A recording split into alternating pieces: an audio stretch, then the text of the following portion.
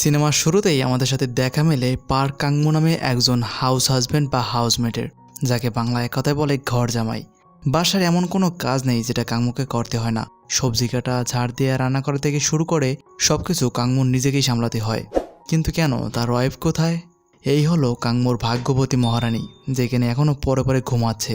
তো এই সুযোগে কাংমু তার কাজটা সেরে নেয়, মানে তার ওয়াইফের পার্স থেকে কিছু টাকা হাতিয়ে নেয় আর কি। কিন্তু এটা তার ওয়াইফ টের পেয়ে যায়, আর না দেখেই বলে, এত টাকা দিয়ে কি করো তুমি? বাসায় থেকে এত টাকা কিভাবে লাগে তোমার? কাংমু ভয় ভয় বলে, আমাকে এত সন্দেহ করো কেন?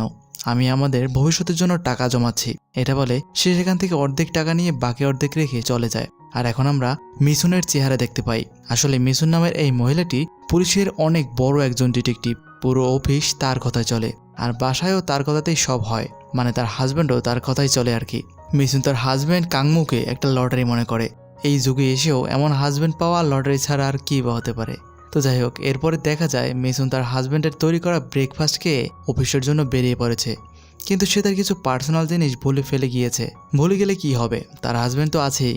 কাংমু এখন মিসুনকে ডেকে প্রয়োজনীয় জিনিস দিয়ে বলে, সাবধানে যেও, আর গিয়ে একটা মেসেজ দিও। ঠিক যাওয়ার আগে আগে সে তার ডিটেকটিভ ওয়াইফকে স্যালুট জানিয়ে বিদায় করে। আরে ভাই, স্যালুট তো তুমি পাবে, আমার পক্ষ থেকে তোমাকে একটা রাজকীয় স্যালুট। তো এখন সিন কাট হয়, আর দেখা যায় মিথুন অফিসে চলে এসছে। এখানে সে তার জুনিয়রদের সাথে একটা ড্রাগ ডিলারকে ধরার প্ল্যান বানাচ্ছিল।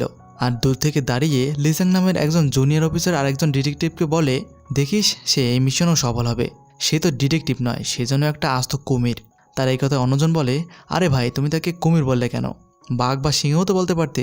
লিসাং বলে, বাঘ বা সিংহ তো মাঝে মাঝে টার্গেট মিস করে, কিন্তু কুমির কখনো নিজের টার্গেট মিস করে না।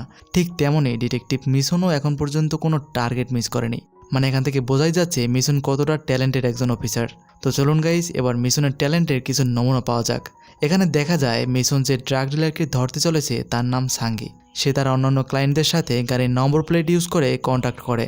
সে নম্বরের প্রথম সংখ্যা দুটি দিয়ে ড্রাগের পরিমাণ, আর শেষের সংখ্যা 4টি দিয়ে ডেলিভারির তারিখ নির্দেশ করে, যেটা আর কেউ বুঝতে না পারলেও মিশন ঠিকই বুঝতে পেরেছে। সেই ব্যাপারটা তার জুনিয়রদেরকে ভালোভাবে বুঝিয়ে দেয়। আর এখন একজন ড্রাগ ডিলারের ক্লোন করা একটি ফোনে একটি মেসেজ এসেছে, যেটাও এই একই সিস্টেমে লেখা ছিল, যেটা মিশন দেখেই বুঝতে পারে মিশন এই কেসে হাত দিয়েছে, মানে এই কেসকে সে জয় করেই ছাড়বে। তো পরের সিনে দেখা যায় মিশন তার বাকি সদস্যদের নিয়ে সাঙ্গের অফিসে চলে এসেছে। আর আসার সময় খুচরা ক্লায়েন্টদেরকে কি অবস্থা করেছে তা তো দেখতেই পারছেন। মিশন একাই 100, সে মারার পরে যা অবশিষ্ট থাকে সেটাই তার বাকি সদস্যরা পিটিয়ে মজা নেয়। তো এখন মিশন সাঙ্গের রুমে চলে আসে, আর সাঙ্গিকে বলে, ভালোই ভালোই ড্রাগ ডেলিভারির গাড়ির নম্বর বলে দাও, নয়তো অবস্থা মোটেই আর ভালো থাকবে না। তবে সাঙ্গেও কিছুতে কম যায় না। সে তার নিজের অ্যাটিটিউড দেখিয়ে বলে, এতদূর যখন চলে এসেছো নিজেই খুঁজে নাও না। কিন্তু আপাতত মিশনের কাছে সেই গাড়ির নম্বর জানা ছিল না, আর এই জন্য সে এখন নিজের বুদ্ধিকে কাজে লাগায়। সে খেয়াল করে টেবিলে রাখা একটি কাগজের দিকে, যেখানে হাত বোলাতেই সে বুঝতে পারে এখানে কিছু একটা লেখা রয়েছে, যেটা হয়তো খালি চোখে দেখা যাচ্ছে না। আর সে এখন কাঠ পেন্সিল দিয়ে রেখা কাটতেই সেখানে একটা গাড়ির নাম্বার ভেসে ওঠে, যে গাড়িতে আজকের ক্লায়েন্টের জন্য ড্রাগ মজুত করা ছিল। এখন মিশন এই কাগজটি কৌশলে তার জুনিয়রকে দিয়ে দেয়। তারা এখন সেই গাড়িটি খুঁজে বের করে ফেলে, আর বাস্তবেই সেই গাড়িতে অনেক পরিমাণ ড্রাগ রাখা ছিল। এরপরে যা হবার সেটাই হলো। ড্রাগ পাওয়ার সাথে সাথে মিশন তার শকিং ডিভাইস দিয়ে সাঙ্গি সহ বাকিদের 12টা বাজিয়ে দেয়। এখন সিন শিফট হয়, আর দেখা যায় ড্রাগ ডিলারকে ধরায় সাকসেস হওয়ার জন্য আজকে মিশনের বাসায় পার্টি হচ্ছে। যে যেমন পারছে বসের সাথে তাল মিলিয়ে নেচেই যাচ্ছে। কিন্তু লিসাং নামের এই বান্দা নাচতে গিয়ে কোমরে ব্যথা পেয়েছে, আর সে এখন কাংমুর কাছ থেকে একটা বিশেষ থেরাপি নিচ্ছে। মানে লিসাংয়ের ওয়াইফের সাথে নাচতে গিয়ে ব্যথা পেয়ে এখন তারই হাজব্যান্ডের কাছ থেকে থেরাপি নেওয়া হচ্ছে। এরপরে আবার সিন শিফট হয়। গাইস, এখান থেকে ভিডিওটি কেয়ারফুলি দেখতে হবে। মুভির মেইন পার্ট এখান থেকে শুরু হতে চলেছে। এই সিনে আমরা বেক্সিও নামের একটি মেয়েকে দেখতে পাই, যে কিনা একটি পেন ড্রাইভ একটা বিশেষ লকারের ভিতরে লুকিয়ে রাখছে। আর এরপরে সে যখন সেখান থেকে চলে যাচ্ছিল তখন কিছু আননোন লোক তার পিছু করে। মেয়েটি ব্যাপারটি বুঝতে পেরে তাদের থেকে বাঁচার আপ্রাণ চেষ্টা চালায়, কিন্তু শেষ পর্যন্ত লোকগুলি তাকে ধরেই ফেলে। এখন লোকগুলি বেক্সিওনের কাছে সেই পেন ড্রাইভের লোকেশন জানতে চায়, কিন্তু কোনোভাবেই সে সেই পেন ড্রাইভের লোকেশন তাদের কাছে বলে না। আর এখন সুযোগ বুঝে মেয়েটি তাদের বন্দুক দিয়ে তাদের উপরেই অ্যাটাক করে বসে। কিন্তু এক পর্যায়ে বেক্সিওনের পায়ে একটি গুলি লাগে, আর তাই সে কোনো উপায় না পেয়ে ছাদ থেকে নিচে লাফ দেয়। তবে ভাগ্য ভালো হওয়ায় সে নিচে একটা গাড়ির উপরে গিয়ে পড়ে। কিন্তু এতেও লোকগুলো থামেনি। তারা এই অবস্থাতেও মেয়েটির উপরে অনেকগুলো গুলি চালিয়েছে। আর তারা যখন দেখতে পায় মেয়েটির মাথা থেকে অনেক রক্তক্ষরণ হচ্ছে, তখন তারা সেখান থেকে চলে যায়। এখন দেখা যায় এই গোলাগুলির তদন্তের জন্য সেখানে মিসুন আর তার বাকি ডিটেকটিভ সদস্যরা চলে এসেছে। খুব ভালোভাবে তদন্তের পরে তারা জানতে পারে এই মেয়েটির নাম বেক্সিওন, বয়স 32। সে পাশেই একটা ট্রেডিং কোম্পানিতে জব করে। আর তাকে যারা এখানে গুলি করতে এসেছিল তারা কোনো এক বড় মাফিয়া গ্যাংয়ের সদস্য, যে গ্যাংয়ের হেড জেনারেল পার্ক নামের কেউ একজন। এরপরে দেখা যায় বেক্সিওনকে হসপিটালে ভর্তি করা হয়েছে। ডাক্তার জানিয়েছে বুলেট প্রুফ ভেস্ট পরার কারণে তার বডিতে গুলি লাগেনি, তবে এত উপর থেকে নিচে পড়ায় সে খুব বাজেভাবে মাথায় আঘাত পেয়েছে, আর তাই সুস্থ হওয়ার আগে তার কোনো সাক্ষাৎকার নেওয়া যাবে না। এখন সিন শিফট হলে দেখা যায় কাংমু রাস্তায় দাঁড়িয়ে কিছু ফল কিনছিল, কিন্তু হঠাৎ তখনই কিছু লোক একটি মহিলার পেছনে ধাওয়া করে। মহিলাটি নিজেকে বাঁচাতে আপ্রাণ চেষ্টা চালিয়ে যাচ্ছে। কাংমু ব্যাপারটিকে সিরিয়াসলি নিয়ে নেয়, আর সে এখন মহিলাটিকে বাঁচানোর জন্য তাদের পিছু করে। আর এখানে আমরা সেই সাদাসিধে ঘরোয়া কাংমুর একটা নতুন রূপ দেখতে পাই। কাংমু একাই সব লোকগুলোকে আচ্ছা ধোলাই করে মহিলাটিকে বাঁচিয়ে নেয়। তবে দৌড়দৌড়ি করার সময় মহিলাটির ব্যাগ থেকে কিছু প্রয়োজনীয় পেপারস নিতে পড়ে গিয়েছিল, তাই কাংমু ফেরত দেওয়ার জন্য সেগুলো তুলতে যায়। আর সে দেখতে পায় এগুলো আসলে প্রেগনেন্সির রিপোর্ট। গাইস, এবারে আমাদের সামনে কিছু টুইস্ট আসতে চলেছে। কাংমু এই মহিলাটিকে আগে থেকেই চেনে। এই মহিলার নাম হিজু। সেই মহিলাটিকে জিজ্ঞেস করে, তুমি প্রেগনেন্ট কবে হলে? তোমার তো বিয়ে হয়নি। তার এই প্রশ্নের উত্তরে হিজু বলে সে জুংসানের সাথে সম্প্রতি বিয়ে করেছে, তার পেটে এই বাচ্চাটি জুংসানেরই। হিজুর এই কথা শুনে কাংমু অবাক হয়ে যায়, আর সে এখন জুংসানের ব্যাপারে জিজ্ঞাসা করে। তবে হিজু জানায় জুংসান অনেক দিন ধরে নিখোঁজ। সে তাকে অনেক খুঁজেছে, কিন্তু কোথাও খুঁজে পায়নি। সে জানে না জুংসান আদেও বেঁচে রয়েছে কিনা। এই যে কিছুক্ষণ আগে লোকগুলো তাকে ধরার জন্য এসেছিল, তারা আসলে আমাকে নয়, আমার মাধ্যমে জুংসানের খবর নিতে এসেছিল। কাংমুকে এইসব বলে হিজু একটা ট্যাক্সি করে সেখান থেকে চলে যায়। হিজু চলে গেলেও আমাদের মাথার উপরে সে কিছু কনফিউশন ছুটে যায় যে কে এই হিজু আর কে সেই জুংসান, তাদের আসল পরিচয়টাই বা কী ছিল। গাইস, ভিডিওটি কন্টিনিউ করুন, সামনে ভিডিওটি ইন্টারেস্টিং হতে চলেছে। তবে গাইস, এখানে জানিয়ে রাখি, তারা এতক্ষণ এখানে যেসব কথা বলছিল এই সব কিছু মিশনের জুনিয়ররা দূরে দাঁড়িয়ে খেয়াল করছিল। তারা ব্যাপারটিকে সম্পূর্ণ ভুল ভেবেছে। তারা ভেবেছে কাংমু এই মহিলার সাথে পরকীয়া করে, আর তাই তারা এখন অফিসে এসে বাকি সব কলিগদের এই ব্যাপারে গুজব ছড়িয়ে দেয়। আর এখন কোনোভাবে মিসুনও এই ব্যাপারটি জানতে পারে। সে কিছুতেই বিশ্বাস করতে পারছিল না যে তার ইনোসেন্ট ঘর সামলানো হাজব্যান্ড এমন কাজ আদৌ করতে পারে। তাই সে উল্টে তার কলিগদের ইচ্ছে মতো ঝাড়ি দিয়ে বিদায় করে। পরের দিনই দেখা যায় কাংমু এক বুড়ো লোকের কাছ থেকে তার রেখে যাওয়া একটা টিনের বাক্স নিয়ে যাচ্ছে। এখানে বুড়ো লোকটি কাংমুকে বলে, কাজে ফিরছো? কাংমু বলে, না, পুরনো স্মৃতিগুলো খুব মনে পড়েছে, তাই একটু দেখতে এসেছি। এরপরে রাত যখন গভীর হয় তখন কাংমু ঘুম থেকে উঠে সেই টিনের বাক্সটা খোলে। সেই টিনের বাক্স থেকে প্রথমে একটা গান বের করে, আর এরপরে কিছু পাসপোর্ট, আর সবশেষে সে একটা ছবির অ্যালবাম বের করে, যেখানে কোরিয়ার 4 জন স্পেশাল সার্ভিস ইন্টেলিজেন্টের ছবি ছিল। গাইস, এই ব্যাপারে সম্পূর্ণ বুঝতে হলে আমাদের ফিরে যেতে হবে কাংমুর সাথে ঘটে যাওয়া 6 বছরের আগের ঘটনায়। এই স্থানটি হলো রাশিয়ার ভ্লাদিমিস্টিক বন্দর।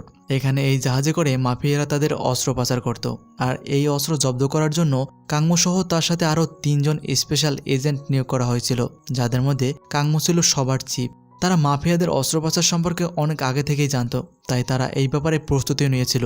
কিন্তু হঠাৎ মাফিয়ারা আবার এজেন্টদের সম্পর্কে জানতে পেরে যায়, আর তাই নিজেদেরকে বাঁচাতে তারা নতুন প্ল্যান হিসেবে আজকেই এই বন্দর ছেড়ে যাওয়ার সিদ্ধান্ত নিয়েছিল।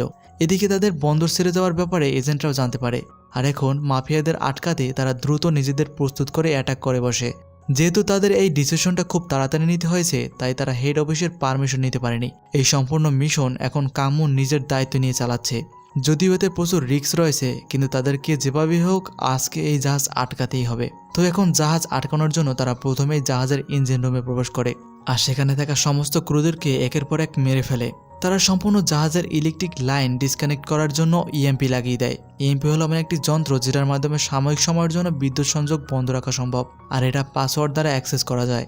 তো এখন কাংমু আর গমসক ইএমপি অন করে পাসওয়ার্ড বসিয়ে দেয়, আর এর ফলে সাথে সাথে সমস্ত জাহাজের বিদ্যুৎ চলে যায়। এর মানে এখন মাফিয়ারা চাইলেও আর কোনোভাবেই এই ইএমপির পাসওয়ার্ড ছাড়া জাহাজ চালাতে পারবে না। তো কাংমুর ইএমপি লাগানো সাকসেস। এখন শুধু তারা এই জাহাজ থেকে বেরিয়ে যেতে পারলেই মিশন সাকসেস হবে। কিন্তু সমস্যাটা হলো তারা এখন বের হবার রাস্তা খুঁজে পাচ্ছে না। চারিদিক থেকে তাদেরকে মাফিয়ার দলবল ঘিরে ফেলেছে। এদিকে ব্লুটুথের মাধ্যমে হিজু তাদেরকে জাহাজ থেকে বের হওয়ার জন্য ইনস্ট্রাকশন দিচ্ছিল, কিন্তু চারিদিক থেকে ঘিরে ফেলার কারণে তারা শেষ পর্যন্ত দুজনেই মাফিয়ার হাতে ধরা পড়ে। মাফিয়ার দল কাংমু আর গমসককে ইচ্ছেমতো মারধর করতে থাকে, যেন তারা ইএমপির পাসওয়ার্ড বলে দেয়। কিন্তু কাংমু কোনোভাবেই পাসওয়ার্ড বলছিল না। কাংমুকে দিয়ে যখন কাজ হচ্ছিল না, তখন তারা গমসককে মেরে ফেলার হুমকি দেয়, কিন্তু তাতেও কাংমু তার মুখ খুলে না। আর এরপরে যখন তারা গমসককে মারার জন্য নিয়ে যায় তখন কোনো উপায় না পেয়ে বাধ্য হয় কাঙ্গমো ইএমপির পাসওয়ার্ড বলে দেয়। পাসওয়ার্ড পাওয়ার সাথে সাথে তারা জাহাজে আবারও ইলেকট্রিসিটি ফিরিয়ে আনে, মানে তারা এখন চাইলেই সেখান থেকে যে কোনো সময় চলে যেতে পারবে। তবে পাসওয়ার্ড বলার পরেও তারা কিন্তু গমসককে ছাড় দেয়নি, গমসক তাদের হাতে মারা পড়ে। সব মিলিয়ে তাদের 4 জনের এই মিশন পুরোটাই ফেল হয়, আর এই মিশন ফেলে সম্পূর্ণ দোষ গিয়ে পড়ে কাংমোর ঘরে। পারমিশন ছাড়া এমন মিশনে অংশ নেওয়ার জন্য এখন কাংমোকে সাসপেন্ড করা হয়। দেশের উপকার করতে গিয়ে কাংমো নিজের চাকরিটা হারিয়ে ফেলে, তবে এতে তার মোটেই দুঃখ ছিল না। সে শুধুমাত্র গমসকের মৃত্যুর জন্য নিজেকে দায়ী মনে করে। তার সাথে ঘটে যাওয়া এই ঘটনা তাকে আজীবন কষ্ট দিয়ে যাচ্ছে। তবে এই ঘটনার পর থেকে হিজু আর জুংসানের সাথে তার আর কোনো যোগাযোগ ছিল না। গত কয়েক বছর পর সেদিন সে হিজুকে ওভাবে রাস্তা দেখেছিল, আর পরের ঘটনা তো আমরা দেখতেই পেয়েছি। এখন চীন চলে আসে বর্তমানে, আর দেখা যায় আজ কাংমো কিছু শপিং করেছে হিজুর বাচ্চার জন্য। যদিও হিজু এখনো প্রেগনেন্ট, তারপরেও সে এই সপ্তাহকে গিফট হিসেবে দিয়েছে। আর এই সব কিছু দূর থেকে মিশনের জুনিয়র সহকর্মীরা ফলো করছিল। তারা তো প্রমাণ হিসেবে এবার এইসবের পিকও তুলে রেখেছে মিশনকে বিশ্বাস করানোর জন্য। এরপরে অফিসে তারা এইসব পিক আর ভিডিওগুলো মিশনকে দেখায়। মিশন যেন নিজের চোখের উপর বিশ্বাস হারিয়ে ফেলেছে। তার এমন ইনোসেন্ট ভালো হাজব্যান্ড ভিতরে ভিতরে এত কিছু করছে, এটা ভেবেই যেন তার মাথা রাগে আগুন হয়ে যাচ্ছে। এদিকে দেখা যায় হিজু কাংমোকে জুংসানের পুরনো সেফ হাউসে নিয়ে এসেছে, কারণ কাংমো তার কাছে জুংসানের ব্যাপারে জানতে চেয়েছিল। হিজু জানায় জুংসান নিখোঁজ, সে দেশের জন্য অনেক বড় একটা উপকার করতে চেয়েছিল। এবছর প্রতিরক্ষা মন্ত্রণালয় থেকে একটা ভুয়া বাজেট করা হয়েছিল। কেউ এই ব্যাপারে তদন্ত না করলেও জুংসান সবার সামনে এই ব্যাপারটা খোলসা করতে চেয়েছিল, কিন্তু সেই জুংসানই এখন নিখোঁজ। তবে সেই মিথ্যা বাজেটের পিছনে যে কলকাঠি নেড়েছিল তার নাম হলো জেনারেল পার্ক। কেউ জানে না এই জেনারেল পার্ক আসলে কে। এইসব কিছু বলার পরে হিজু একটা চিঠির খাম বের করে বলে সে এটা গতকাল মেইল বক্সে পেয়েছে, সে এখনো এটা খুলেও দেখেনি। এটা শুনে কাংমো এখন চিঠিটা খুলে আর সেখানে একটা কলম দেখতে পায়, কিন্তু এটা কোনো সাধারণ কলম ছিল না। কাংমো ব্যাপারটি বুঝতে পেরে কলমটি ভেঙে ফেলে আর দেখতে পায় কলমের মধ্যে ছোট্ট একটা লিঙ্ক লেখা আছে। আর এখন তারা সেটাকে ব্রাউজারে রান করলে দেখতে পায় এটা একটি কন্ট্যাক্ট সাইট, মানে এই লিঙ্কের মাধ্যমে লিঙ্ক প্রদানকারী তাদের সাথে যোগাযোগ করতে পারবে। তো প্রথম মেসেজে সেখানে লেখা ছিল, জুংসানকে চেনেন? চিনে থাকলে আমার সাথে দেখা করুন। অবাক করা এমন মেসেজ দেখে তাদের দুজনের ব্যাপারটি ঘোলাটে লাগতে শুরু করে। কিন্তু ব্যাপারটি যখন জুংসানকে নিয়ে, তাই ব্যাপারটি ক্লিয়ার হতে কাংমো লোকটির সাথে দেখা করার জন্য রাজি হয়। এরপরে আননোন লোকটি দেখা করার জন্য নির্দিষ্ট ডেট আর লোকেশন পাঠিয়ে দেয়। এদিকে দেখা যায় সুমিন তার হাজব্যান্ডকে ভুল বুঝে তার কলিগদের সাথে ড্রিঙ্কস করতে শুরু করেছে, আর বাসায় ফিরে সে নিজেকে কুল করার জন্য রাতের বেলায় মেডিটেশন করতে বসে যায়। সে খেয়াল করে আজ প্রথমবারের মতো মাঝরাতে তার হাজব্যান্ড বাসায় ফিরেছে, যেটা এর আগে কখনো হয়নি। বাসায় ফিরেছে ভালো কথা, কিন্তু সে এখানে মিশনকে বলে, কালকে তোমার গাড়িটা আমার দরকার পড়বে, তাই প্লিজ কালকের জন্য গাড়িটা আমার জন্য রেখে যেও। মিশনের কাছে ব্যাপারটা এবার আরও সন্দেহজনক লাগতে শুরু করে, কারণ যে হাজব্যান্ড বিয়ের 6 বছর হয়ে গেল তার মধ্যে একবার তাকে নিয়ে ঘুরতে গেল না, আর সে এত রাতে এসে গাড়ি চাইছে। কোনো রহস্য তো এর মধ্যে অবশ্যই আছে। তবে মিশন এবার একটা সুযোগ পেয়ে যায় তার হাজব্যান্ডকে চেক করার জন্য। এখন পরের দিন দেখা যায় মিশন কাংমোকে পরীক্ষা করার জন্য তার কলিগের গাড়ি নিয়ে বেরিয়ে পড়েছে। তারা দেখতে পায় কাংমো ঘুরতে না গিয়ে একটা মহিলাকে নিয়ে হোটেলে এসেছে। এইসব দেখে মিশনের মাথা এখন পুরোটাই বিগড়ে যায়। আর যাওয়ারই তো কথা, পৃথিবী উল্টে গেলেও কোনো নারী অন্তত এটা মেনে নিতে পারবে না। তো এখন মিশন সিদ্ধান্ত নেয় যে সে এবার রুমের ভিতরে ঢুকে তাদেরকে হাতে নাতে ধরবে। তবে তার কলিগ তাকে থামিয়ে বলে, এটা করার দরকার নেই, আমরা বাইরে থেকে ড্রোন পাঠিয়ে দেখতে পারবো ভিতরে আসলে হচ্ছেটা কি। এরপরে ড্রোন পাঠিয়ে তারা দেখতে পায় ভিতরে তেমন কিছুই ঘটেনি। এটা দেখে মিশন যেন একটু শান্ত হলো, কিন্তু হঠাৎ এখন মিশনের ফোনে একটা জরুরি কল আসে। ফোনে বলা হয় হসপিটালে থাকা সেই মেয়েটির জ্ঞান ফিরেছে, তাকে এখন ইন্টারভিউ নিতে ইমার্জেন্সি সেখানে যেতেই হবে। তবে যাওয়ার সময় মিশন তার বুদ্ধিকে কাজে লাগিয়ে তার কলিগের গাড়িটিকে কাংমোর নিয়ে আসা গাড়ির সামনে রেখে যায়, আর গাড়িতে একটা ক্যামেরাও সেট করে যায়, যেন এরপর এই ক্যামেরায় কাংমোর সাথে থাকা মহিলার ফেস খুব ভালোভাবে তারা দেখতে পারে। এখন সিন শিফট হয় কাংমো আর হিজুর কাছে, যারা এখানে এসেছিল সেই আননোন লোকটির কথায়, যে কিনা তাদেরকে এই লোকেশনে আসতে বলেছিল। তো এখন সেই লোকটি তাদেরকে একটি রুমে ডাকে। গাইস, এখানের ব্যাপারটি আমাদের ভালো করে বুঝতে হবে। এখানে লোকটি জুংসানের সাথে ঘটে যাওয়া সমস্ত ঘটনা তাদের সাথে তুলে ধরে। সে বলে গত বছর এমএনডি তাদের পরবর্তী জেনারেশনের জন্য 3.5 মিলিয়ন টাকা মূল্যের একটা প্রজেক্টের ঘোষণা দেয়, যেটি পুরোটাই একটা বানোয়াট আর ভুয়া প্রজেক্ট ছিল। আর এই প্রজেক্ট পাশ করানোর পেছনে সবথেকে বড় ভূমিকা পালন করেছে জেনারেল পার্ক। এই জেনারেল পার্কের আসল নাম পরিচয় কারোর জানা নেই, কিন্তু জুংসান এই ব্যাপারে অনেকটাই জেনে গিয়েছিল। তাই সে নিজে তার একটি নতুন দল গঠন করে তাদের ব্যাপারে সমস্ত কিছু তদন্ত করতে থাকে। কিন্তু এর মধ্যে তার অনেক সদস্যই জেনারেল পার্কের হাতে মারা পড়েছে। জুংসানের স্পেশাল সদস্যদের মধ্যে বেক্সিওন জুংসানকে অনেক বড় একটা হেল্প করেছিল। সে এই ফান্ডের সকল টাকার এক্সেস অকেজো করে সেটাকে ফাইল বানিয়ে একটা পেনড্রাইভে রেখে দিয়েছে। আর সেই পেনড্রাইভ ছাড়া কোনোভাবেই এখন জেনারেল পার্ক ফান্ডের টাকা বাজেয়াপ্ত করতে পারছে না। গাইস, কিছুক্ষণ আগে আমরা সেই পেনড্রাইভ রাখতে গিয়েই বেক্সিওনকে জেনারেল পার্কের পাঠানো লোকদের হাতে গুলি খেতে দেখেছিলাম। এবার হয়তো সেই সিনের আসল কাহিনীটা বুঝতে পেরেছেন। এইসব কথা শুনে কাংবো এখন জিজ্ঞেস করে, জুংসান তো অনেক দিন ধরে নিখোঁজ, সে আদেও বেঁচে রয়েছে কিনা সেটাও আমাদের জানা নেই, তাকে কোনো ক্লু ছাড়া কীভাবে আমরা খুঁজে পেতে পারি? এই কথার উত্তরে লোকটি বলে, জুংসান এখনও বেঁচে রয়েছে, তাকে জেনারেল পার্কের লোকেরা তাদের টর্চার সেলে আটকে রেখেছে। সেখানে তার উপর তারা প্রতিনিয়ত নির্যাতন চালিয়ে যাচ্ছে। কঠিন থেকে কঠিনতম কষ্ট দেওয়া হচ্ছে শুধুমাত্র সেই পেন ড্রাইভের লোকেশন পাওয়ার জন্য। জেনারেল পার্কের কাছে জুংসান যেন গলায় কাটার মতো বিধে রয়েছে। তারা তাকে একদম মেরেও ফেলতে পারছে না, আর জুংসানও সেই ফাইলের লোকেশন তাদের কাছে বলছে না। সমস্ত ব্যাপার ক্লিয়ার করার পরে এবারে লোকটি তাকে জেনারেল পার্কে সেই টর্চার চেম্বারের লোকেশন দেয়, যেখানে জুংসানকে বন্দি করে রাখা হয়েছে। এখন সিন আবার কাট হয়, আর এখন দেখা যায় মিসুন সেই গাড়ির ভিডিও চেক করছে, যেটাকে সে তার হাজব্যান্ডকে ধরা টোপ হিসেবে রেখে গিয়েছিল। ভিডিওতে সে তার হাজব্যান্ডের সাথে সেই মহিলাটাকেই দেখতে পায়, যার সম্পর্কে তার কলিগরা তাকে আগেই বলেছিল। এবারে মিসুন 100% শিওর হয়ে গেল তার হাজব্যান্ড ভিতরে আসলে কত বড় মাপের একজন ফ্রডবাজ, যদিও তার এই ধারণাটা সম্পূর্ণটাই ভুল ছিল। এখন সে অফিসে এসে তার এক জুনিয়র ডিটেকটিভকে বলে, এখনই আমাকে ফোন ক্লোন করার একটি ডিভাইস দাও, যেটার মাধ্যমে আমি আমার হাজব্যান্ডের ফোনের সকল কিছু দেখতে পাবো। আর এখন সে তার অফিস থেকে একটা ক্লোন করার ডিভাইস নিয়ে তার বাসায় চলে আসে। এরপরে রাতে কাংমু ঘুমিয়ে পড়লে সে কাংমুর ফোন বের করে লক খোলার চেষ্টা করে, কারণ লক না খুলে সে কোনোভাবেই ফোন ক্লোন করতে পারবে না। তাই এবার ফোনের লক খুলতে গিয়ে মিসুন যেটা করে এটা দেখে হাসি আটকানো মুশকিল। সেইভাবে টেপ দিয়ে টেনে কাংমুর চোখ খুলে ফেলে, আর এখন ফোনটি চোখের সামনে ধরতেই ফেস লক আনলক হয়ে যায়। এরপরে সে দ্রুতই সেই ডিভাইসের মাধ্যমে কাংমুর ফোন ক্লোন করে ফেলে, মানে এখন থেকে সে কাংমুর ফোনের সমস্ত কিছুই এই ডিভাইসের মাধ্যমে অ্যাক্সেস করতে পারবে। এরপরে সিন চেঞ্জ হলে আমরা জুংসানকে দেখতে পাই, যাকে সেই টর্চার সেলে জেনারেল পার্কের লোকেরা মারাত্মক জ্বালা যন্ত্রণা দিয়ে যাচ্ছে শুধুমাত্র সেই পেন ড্রাইভের লোকেশন জানার জন্য। কিন্তু তারা কোনোভাবেই জুংসানের কাছ থেকে সেই ইনফরমেশন বের করতে পারে না। জুংসান বলে, আমি যেটা জানাতে চাই না সেটা আমার কাছ থেকে কেউ জানতে পারবে না, পারলে আমার থেকে ইনফরমেশন বের করে দেখাও। মানে জুংসানের অ্যাটিটিউড ছিল সেই লেভেলে। জুংসানের মুখ থেকে এমন কথা শুনে এখন রাগে লোকগুলো তার উপর কারেন্টের শক দিতে থাকে, যেটা হয়তো মৃত্যুর থেকেও বেশি যন্ত্রণাদায়ক। এদিকে দেখা যায় হসপিটালে ভর্তি থাকা বেক্সিওনের জ্ঞান ফিরেছে, তাই এবারে মিসুন তার সাক্ষাৎকার নিতে এসেছে। বেক্সিওন এবার তার সাথে ঘটে যাওয়া সমস্ত কিছু মিসনের কাছে এক্সপ্লেন করে। বেক্সিওন এটাও বলে, আমরা চেয়েছিলাম অ্যাকাউন্ট ফাইলটাকে টোপ হিসেবে কাজে লাগিয়ে জেনারেল পার্ককে বাইরে বের করতে, কিন্তু সেটা আমরা এখনও করতে পারিনি। মিসন জিজ্ঞেস করে, কে এই জেনারেল পার্ক, তাকে ধরা কিভাবে এতটা ডিফিকাল্ট হতে পারে? বেক্সিওন বলে, আমরা কেউই এখন পর্যন্ত জেনারেল পার্কের আসল চেহারা দেখতে পারিনি, তবে জেনারেল পার্ক নিজের সাইন হিসেবে যে লোগোটা ইউজ করে সেটাকে এঁকে দেখাতে পারি। আর এখন বেক্সিওন জেনারেল পার্কের লোগোটা এঁকে দেখায়। তো এখান থেকে বের হওয়ার সময় মিশনের সহকর্মী তাকে জানায় জুংসানকে কিডন্যাপ করার কিছু ফুটেজ তাদের হাতে এসেছে, হতে পারে এরাই জেনারেল পার্কের লোক। জেনারেল পার্ককে ধরতে এরা তাদের জন্য অনেক বড় একটা ক্লু হতে পারে। এদিকে দেখা যায় হিজু আর কাংমু সেই আননোন লোকটার দেওয়া লোকেশনে পৌঁছে গিয়েছে।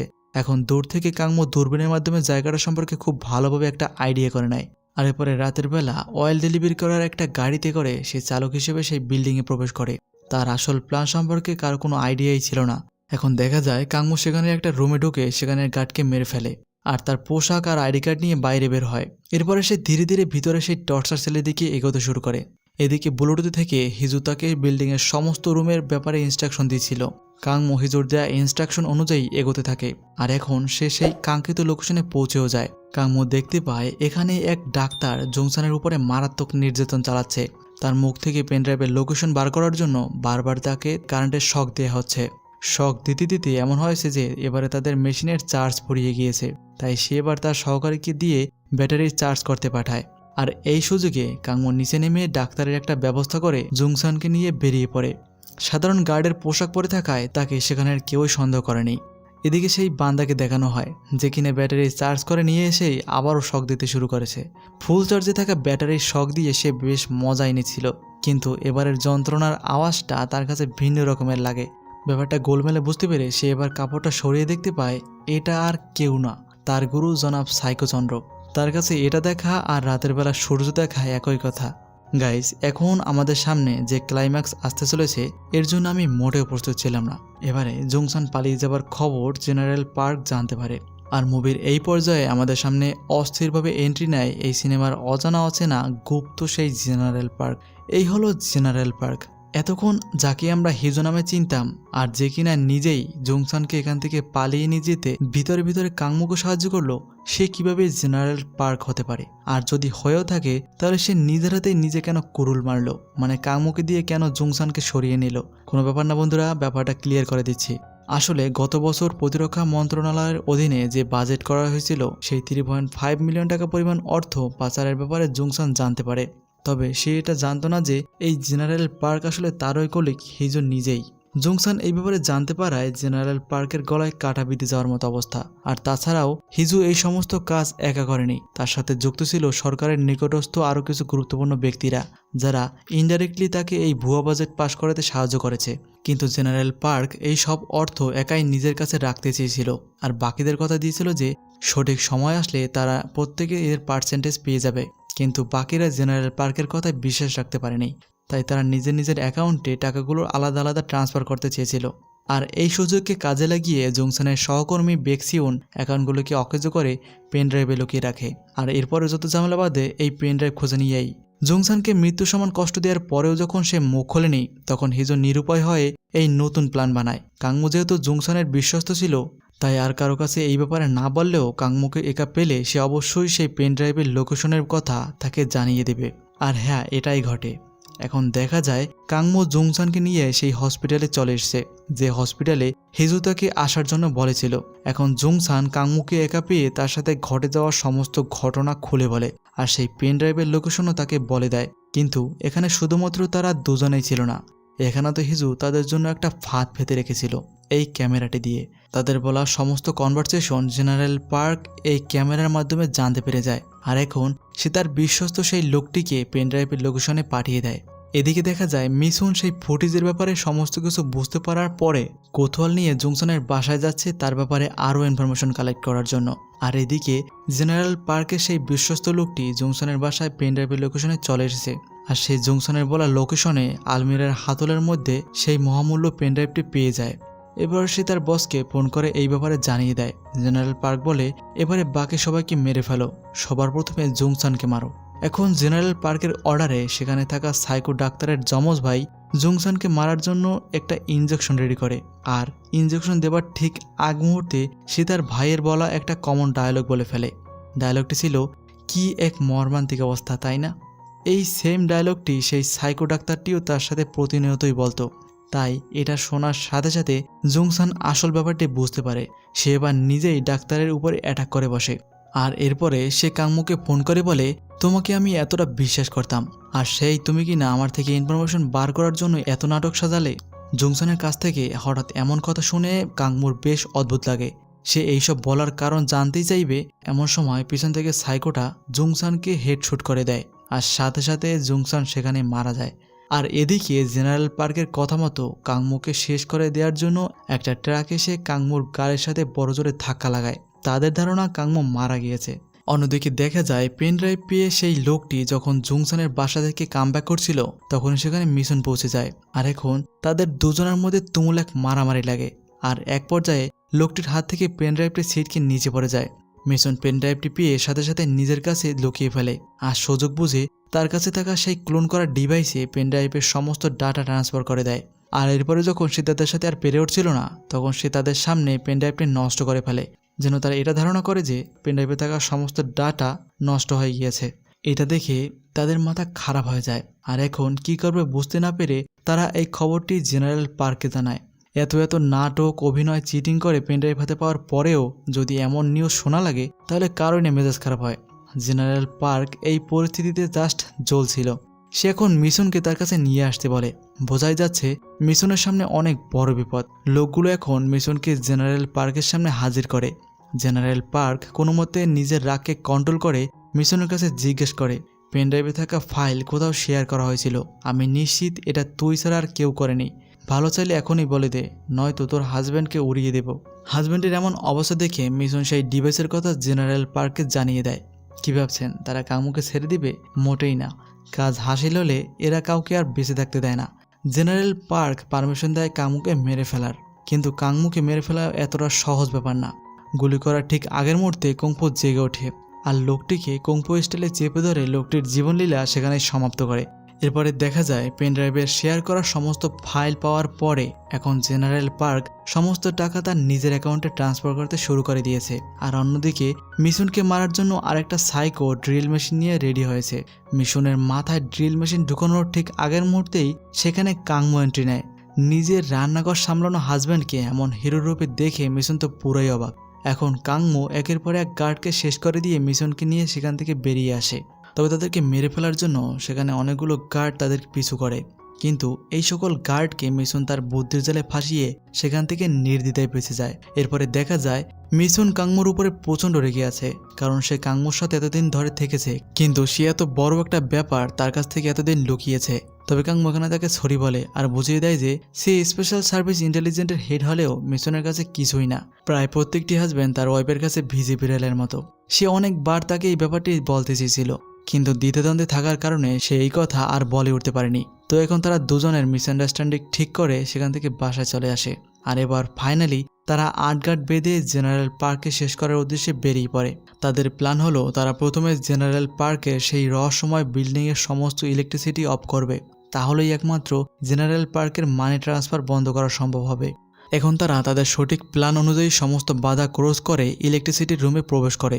সমস্ত টাকা ট্রান্সফার করতে যখন আর মাত্র 1% অবশিষ্ট ছিল, ঠিক তখনই তারা সমস্ত ইলেকট্রিসিটির লাইন বন্ধ করতে সফল হয়। চোখের সামনে এমনভাবে সাজানো গোছানো অ্যাকাউন্টগুলো অকেজ হয়ে যেতে দেখে জেনারেল পার্কের মাথা এখন পুরোটাই বিগড়ে যায়। সে এখন কোনো মতে নিজেকে বাঁচিয়ে সেই ড্রাইভের ফাইল নিয়ে বেরিয়ে পড়ে। তবে মজার ব্যাপার হলো, যে গাড়িতে করে সেখান থেকে বাইরে পালিয়ে যাচ্ছিল সেই গাড়ির ড্রাইভার আর কেউ না, স্বয়ং কাংমু নিজেই গাড়িটি ড্রাইভ করছিল। তারা দুজন গার্ডদের পোশাক পরে থাকায় তাদেরকে কেউ সন্দেহ করেনি। তবে জেনারেল পার্কও কিছুতে কম যায় না। সে এখন মিশনের হাত থেকে বন্দুক ছিনিয়ে নিয়ে তাদের উপরেই অ্যাটাক করে বসে। আর এরই মধ্যে সবকিছু টের পেয়ে গিয়ে জেনারেল পার্কের খাস বান্দা তাদের গাড়ির উপরে ধাক্কা দিয়ে বসে। আর এখন আবার নতুন করে তাদের মধ্যে এক লড়াই চলে। তবে এই লড়াইয়ে কাংমু আর মিশন হেরে যায়। আর সুযোগ বুঝে এখন জেনারেল পার্ক সেই ফাইলের সুটকেসটি নিয়ে সেখান থেকে গাড়িতে উঠে পড়ে। কিন্তু এইবার মিশন তার আসল ট্যালেন্ট দেখায়। সে এবারে তাদের গাড়ি বরাবর একটা সিলিন্ডারের উপরে গুলি করে, আর সাথে সাথে সিলিন্ডারটি ব্লাস্ট হয়ে গাড়ি সহ উড়ে যায়। ভেবেছিলাম এবার হয়তো জেনারেল পার্কের অবস্থা পুরোটাই লন্ডভন্ড হয়েছে, কিন্তু দেখা যায় সে নিজের এত খারাপ অবস্থাতেও সেই অ্যাকাউন্ট ফাইলগুলোর ব্যাগটা নিজের কাছ থেকে হাতছাড়া করেনি। তার এত প্ল্যান আর পরিশ্রম নষ্ট হয়ে যাওয়ায় তার মাথা যেন খারাপ হয়ে গিয়েছে।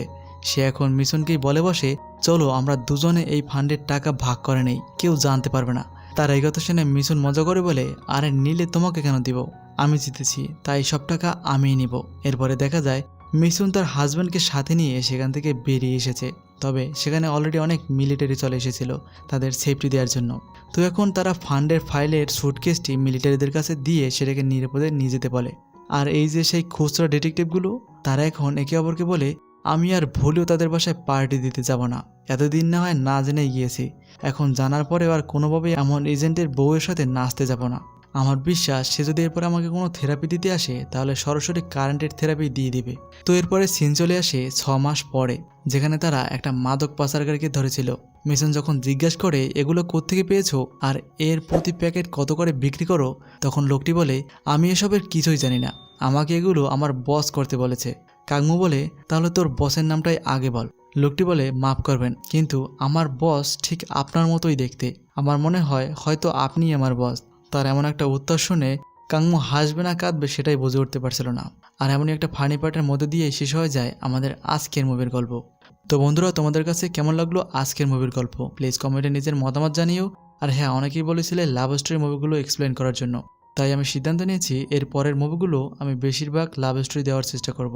তো তুমি যদি চ্যানেলে নতুন হয়ে থাকো তাহলে প্লিজ একটা সাবস্ক্রাইব করে পাশে থেকো। আজ এ পর্যন্তই, দেখা হচ্ছে সামনে কোনো অসাধারণ মুভির গল্পে। সে পর্যন্ত সবাই ভালো থেকো, সুস্থ থেকো।